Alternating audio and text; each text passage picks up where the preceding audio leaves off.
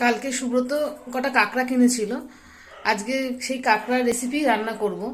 কিন্তু কাঁকড়াটা কেনার পর কাঁকড়াতে প্রচন্ড পরিমাণে ঘিলু বেরিয়েছে। দাঁড়াও, তোমাদেরকে দেখাচ্ছি। এই দেখো কাঁকড়ার ঘিলু। কাঁকড়াতে প্রচন্ড পরিমাণে ঘিলু বেরিয়েছিল, মা সেটাকে আলাদা করে নিয়েছে। এটাকে কাঁকড়ার ঘিলু বলে। আগে এটা জানতাম না, বিয়ের আগে। পরে এখানে এসে শিখেছি যে এটাকে কাঁকড়ার ঘিলু বলে। কাঁকড়া কাটলে পরে এরকম বেরায়।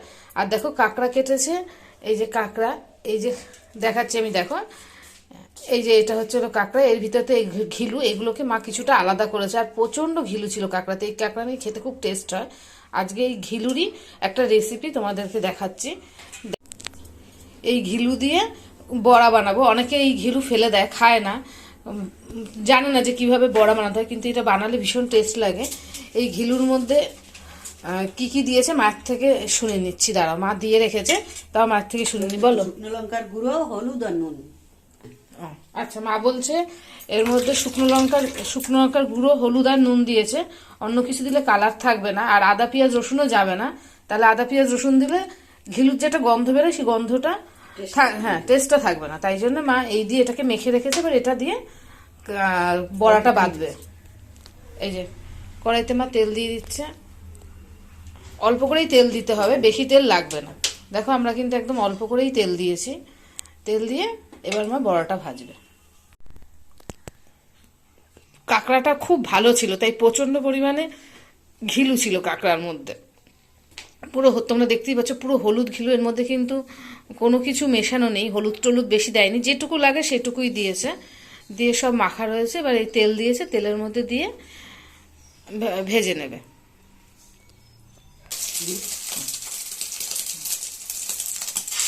খুব নরম, খুব আস্তে আস্তে তুলে তুলে একটা একটা করে দিয়ে দিতে হবে। এর মধ্যে কিন্তু চালের গুঁড়ো, বেসন কিছুই মেশানো হয়নি।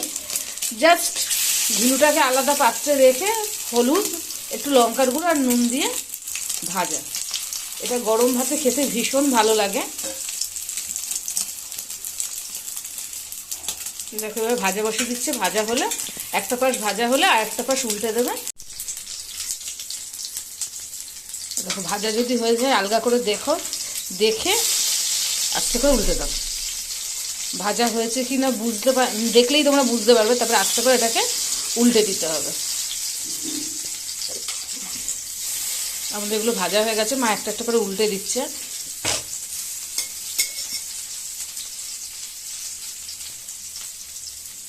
কাঁকড়ার ঘিলু গরম ভাতে খুব ভালো লাগে খেতে।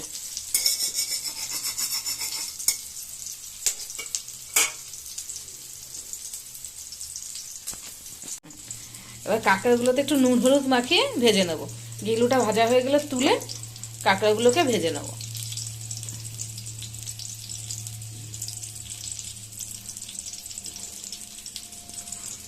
বেশিরভাগ সময় কাঁকড়ায় কিন্তু এরকম ঘিলু পাওয়া যায় না, কিন্তু সুব্রত বেশ ভালোভাবে দেখে শুনেই কাঁকড়াটা এনেছে। আর লোকটাও ভালোভাবে দিয়েছে, লোকটার কথা বলতে হবে। কারণ অনেকেই বলে কাঁকড়ায় ভালো ঘিলু থাকে, কিন্তু পরে পাওয়া যায় না। এটাতে ছিল ঘিলু।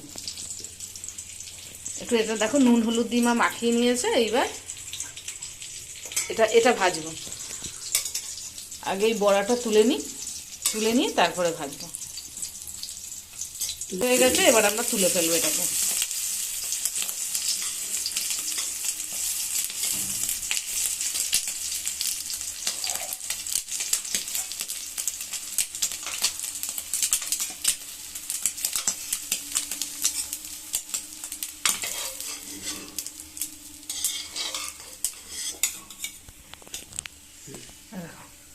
দেখো দেখো এটা ভাজা হয়ে গেছে। তোমরা একবার বাড়িতে ট্রাই করে দেখো, খুব ভালো লাগবে খেতে। এবার এই কাঁকড়াটা দেখো, এই যে ঘিলু আছে, বলো তুমি। হ্যাঁ, এটা বুট করে এরমভাবে দিতে হবে। বুট করে বলতে উল্টে, ঘিলুটা যেদিকে আছে সেদিকে উল্টে উল্টে দিতে হবে। তাহলে ঘিলুটা শক্ত হয়ে যাবে, ঘিলুটা রান্নার সময় বেরোবে না। এরকম উল্টে উল্টে দিয়ে দিচ্ছে।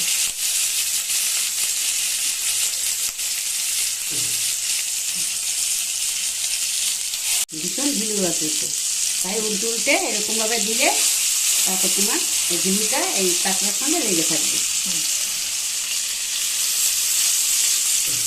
ঘিলুওয়ালা কাঁকড়া খেতে ভীষণ টেস্ট হয়, বলো মা? হ্যাঁ।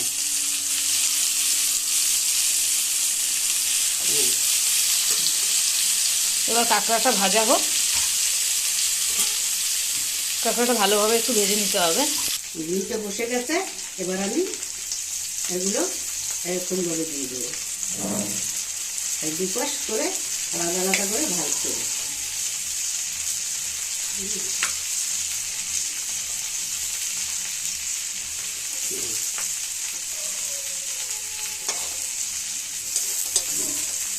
এই পাশ ভাজা হলে ঘিটা সুন্দর লেগে গেছে।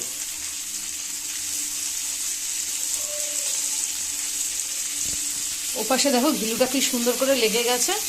আর এবার আস্তে আস্তে উল্টে উল্টে মা আরেক পাশটা ঘুরিয়ে দিয়েছে, এবার এটা ওই পাশটা ভাজা হয়ে যাবে। এবার ভাজা হয়ে গেছে কাঁকড়া, হ্যাঁ কাঁকড়া ভাজা হয়ে গেছে। মা এবার কাঁকড়াগুলো তুলে নিই। দেখো কি সুন্দর ঘিলুগুলো কিন্তু একটাও নষ্ট হয়নি, সুন্দরভাবে, কি বলো মা, সুন্দরভাবে সুন্দরভাবে এই যে সেট হয়ে গেছে। লেগে গেছে। হ্যাঁ, সুন্দরভাবে ঘিলুগুলো লেগে গেছে।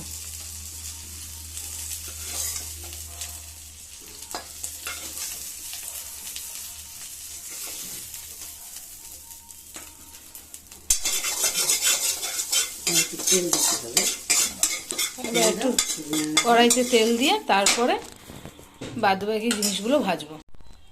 আবার একটু কড়াইতে তেল দেবো, তেল দিয়ে কাঁকড়ার যে ঠ্যাংগুলো আছে সেগুলো ভাজবো। না, আগে আলুগুলো ভাজবো, হাফ ভাজা হলে তারপরে ভিতরে ও মা বলছে যে আগে আলুগুলো ভাজবে, ভেজে তারপরে কাঁকড়ার ঠ্যাংগুলো দেবে। ঠ্যাংগুলো দিয়ে দেবো। হ্যাঁ, তাহলে তাই করো, আমি তো ঠিক জানি না। এর মধ্যে দিলাম, মায়ের মধ্যে সাদা জিরে ফোড়ন দিল, তারপরে আলুগুলো দিয়ে দিল।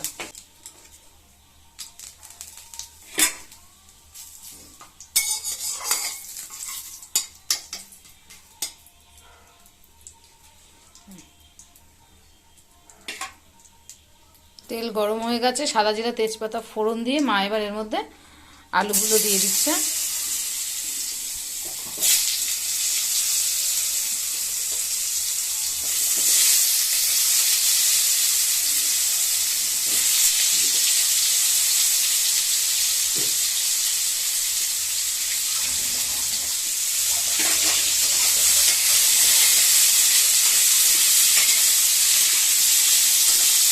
আলুটা ভাজা হোক, ভাজা হলে তারপরে এই দেখো এপাশে কাঁকড়ার ঠ্যাং রাখা রয়েছে ঝুড়িতে। হ্যাঁ, মা রেখেছে। কাঁকড়া কিন্তু মাই কেটেছে, মা সুন্দর কাঁকড়া কাটতে পারে, মা কেটেছে। ঠ্যাংটা এর করে দিয়ে দেবে। কিছুটা ভাজা হয়ে গেছে, তারপর তার ভিতরে পেঁয়াজটা দিয়ে দিলাম। পেঁয়াজটা দিলে ভালো লাগবে খেতে। মা আলুটা ভেজে এর মধ্যে এবার একটু পেঁয়াজটা দিয়ে দিল। পেঁয়াজটা আগে নাড়িয়ে নিই, তারপরে কাঁকড়ার ঠ্যাংগুলো দেবে।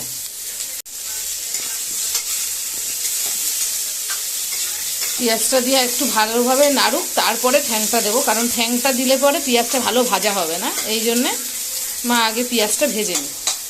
পেঁয়াজটা ভাজা হয়ে গেছে, হাফ ভাজা হয়ে গেছে, এবার আমি এই ঠ্যাংগুলো দিয়ে দেবো। ঠ্যাংগুলো দিয়ে দিলাম। পেঁয়াজ ভাজা হয়ে গেছে, মা এবার ঠ্যাংগুলো দিয়ে এবার ভালোভাবে নাড়িয়ে দেবে।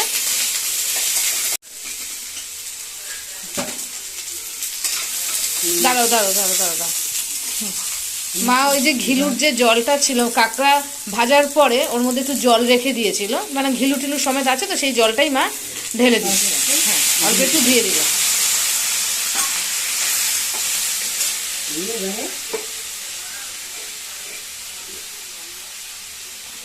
হ্যাঁ, মা আন্দাজ মতো হাত দিয়ে নুন দিল। মা চামচ দিয়ে ভালোভাবে পারে না, ওটা আন্দাজ পায় না মা। এবার তার মধ্যে একটুখানি হলুদ দিয়ে দেবে। গুঁড়ো লঙ্কা নিয়ে এসে এর মধ্যে গুঁড়ো লঙ্কা দেবে একটু, গুঁড়ো লঙ্কা দিয়ে কাঁচা লঙ্কা দিয়ে খাও না, এর মধ্যে একটু এবার মা লঙ্কার গুঁড়ো দিয়ে দেবে।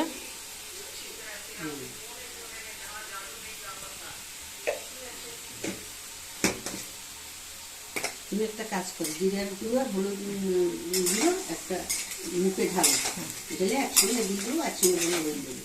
দুটো মিশানো আছে। মা এই লঙ্কার গুঁড়ো দিয়ে একটু ভালোভাবে নাড়া, তারপরে জিরের গুঁড়ো আর হলুদের জিরের গুঁড়ো আর ধনের গুঁড়ো আমাকে একসাথে করে দিতে বলছে, আমি করে দিই, তারপরে সেটা দিয়ে দেবো। আগে এটা একটু ভালোভাবে নাড়ে দিই, তারপরে ওটা দেবো।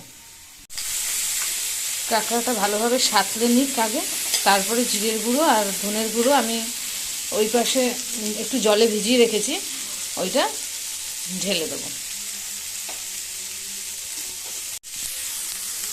বলো এবার। এবারে গুঁড়োটা দিয়ে দিলাম। জিরের গুঁড়ো আর ধনের গুঁড়ো, গুঁড়ো কিসের গুঁড়ো বলবো না, জিরের গুঁড়ো আর ধনের গুঁড়ো। আর ধনের গুঁড়োটা মিশিয়ে জলে একটু ভিজিয়ে রেখে এবার এর ভিতরে দিয়ে দিলাম। এবার এটা নাড়বো, নেড়ে এর মধ্যে কিছু উষ্ণ গরম জল দেবো নাকি ঠান্ডা? জল দেবো, গরম জলে দেবো। এটা ভালোভাবে নেড়ে নিক। জিরের গুঁড়ো ধনের গুঁড়ো তো দিয়ে দিয়েছে, তারপরে উষ্ণ গরম জল করে রাখা আছে সেটা এর মধ্যে মা দিয়ে দেবে। আমার কাঁকড়া সাতলানো হয়ে গেছে, ভালোভাবেই সাতলে নিয়েছে মা। এবার ওর মধ্যে গরম জল করে রেখেছে, গরম জল, হ্যাঁ গরম জলটা দিয়ে দেবো। শীতের সময় তো তাই গরম জল দিলাম। গরমের সময় ঠান্ডা জল দিলেও কোনো অসুবিধা হবে না।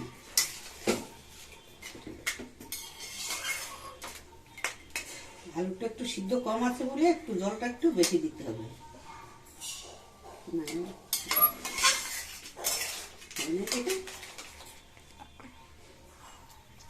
জল দেওয়া এবার হবে। তার কিছুটা হওয়ার পরে আমি ওই এই কিছুটা হওয়ার পরে, হ্যাঁ এই গিলুটা, এই যে কাঁকড়াটা ভেজে রাখছি, এই ভাজা ভাজা কাঁকড়াটা ওর ভিতরে দিয়ে দেবো। দেখো কি সুন্দর কাঁকড়াটা ভাজা হয়ে ঘিলুগুলো লেগে আছে, ঘিলুগুলো লেগে আছে কাঁকড়ার সাথে, থাকবে এরকমই থাকবে। এবার এটা একটু ঢাকা দিয়ে দাও, ঢাকা দিয়ে পরে তাড়াতাড়ি হয়ে যাবে।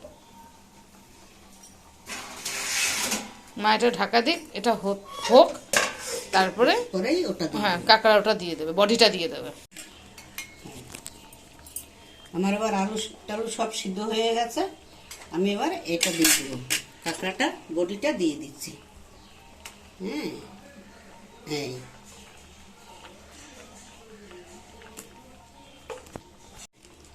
কাঁকড়ার গিলু থাকলে কাঁকড়াটা খেতেও ভালো লাগে। একটু জাল হবে,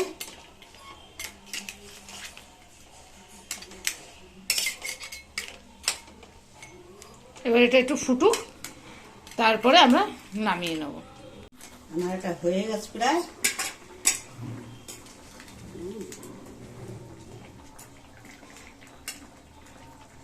গিলুগুলো করছো, গিলুগুলো সুন্দর হয়ে গেছে, মুখে একটু মানে খুলে নেই হয়ে গেছে। এবার একটু গরম মশলা দেবো, দিলে আমাদের কাঁকড়া রান্না কমপ্লিট। একটু গরম মশলা দিলাম,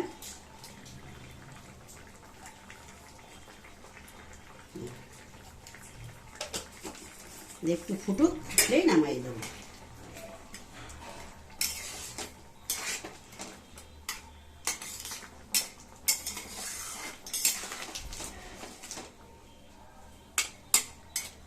যেহেতু কাঁকড়ার ঘিলুটা আছে, ওটাতে রান্নাটা একটা আলাদা টেস্ট হয়। আমাদের কাঁকড়া রান্না হয়ে গেছে, মা এবার ওটা বাটিতে নামিয়ে রাখছে। গন্ধটা কিন্তু সুন্দর বেরিয়েছে।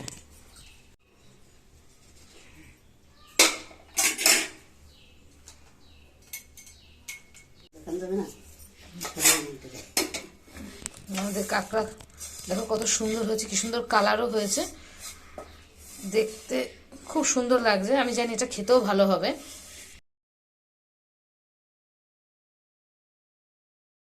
একদম লাল, ক্যামেরার সামনে নিচ্ছি, দেখেন।